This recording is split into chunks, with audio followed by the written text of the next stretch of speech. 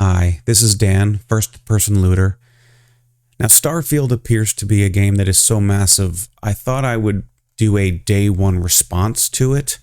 I'm not calling it a review because I haven't played enough to do that. So I still stand by what I said at the beginning of my gameplay, that there's too much fanboyism on both sides, and it's made me a little less excited to play. Even after my first 2 hours, I feel like I'm tackling a life chore. Almost something I have to do because either people are saying I really have to, or they're challenging me because they tell me I really shouldn't. So the graphics were a big surprise. My first game was Halo Infinite. I also dabbled in Power Wash Simulator, but that doesn't really apply here. I thought it was the graphical limitations of the Series S as to why Halo looked so muddy. But Starfield shows me that this little Series S is more of a beast than I thought.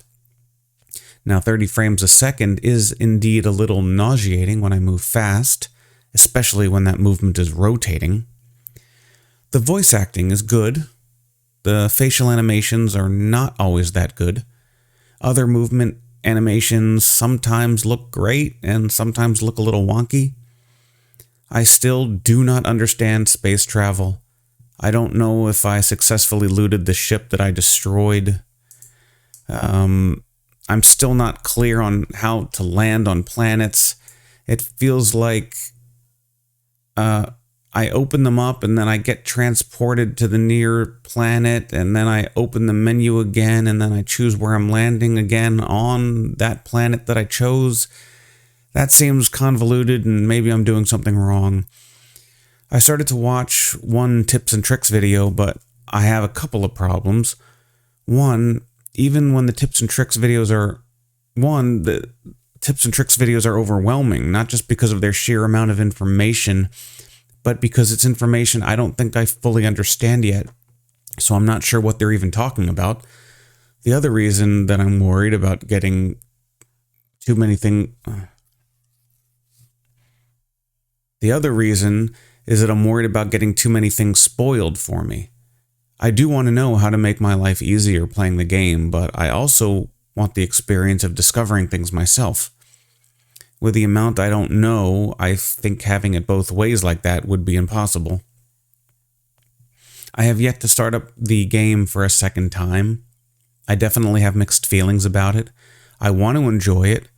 I want to be able to understand all of it. But everyone going crazy about how massive and complex it is makes me think it might be too much for me to handle. And I don't like to hear myself say that. It sort of makes me feel bad about myself, thinking that I'm not capable of playing a video game that everyone else is loving. I guess I still have in the back of my mind this idea that I don't have to play this. I can spend my time however I want. There's a lot of games on Game Pass I still want to try. Maybe it's a form of FOMO, fear of missing out, that I want to be involved in this thing that everyone's talking about. But I know that I personally do want to play it. I want to play it. I want to be able to understand and enjoy it. It looks like a game I could obsess over if I understood it better. I just don't know if that will be able to happen. At least not with watching these tutorial videos, which would end up in spoilers. I already got one slight spoiler about New Game Plus.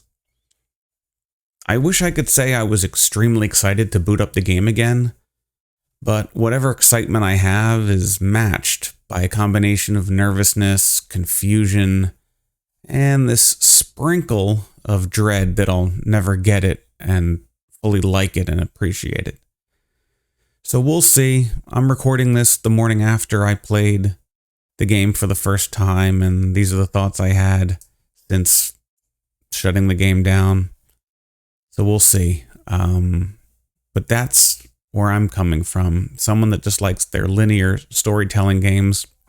I sort of like Skyrim. I mean, I liked it enough to get that big expensive guidebook, but I only played a couple hours of Fallout and I wasn't really encouraged to get back into it. I've never been excited enough to try any of the other Fallout games. I never played Fallout 76 or whatever. I've never played Fallout 3. I just played a little bit of Fallout 4. And as for Skyrim, I completed it once, I thought, on the computer.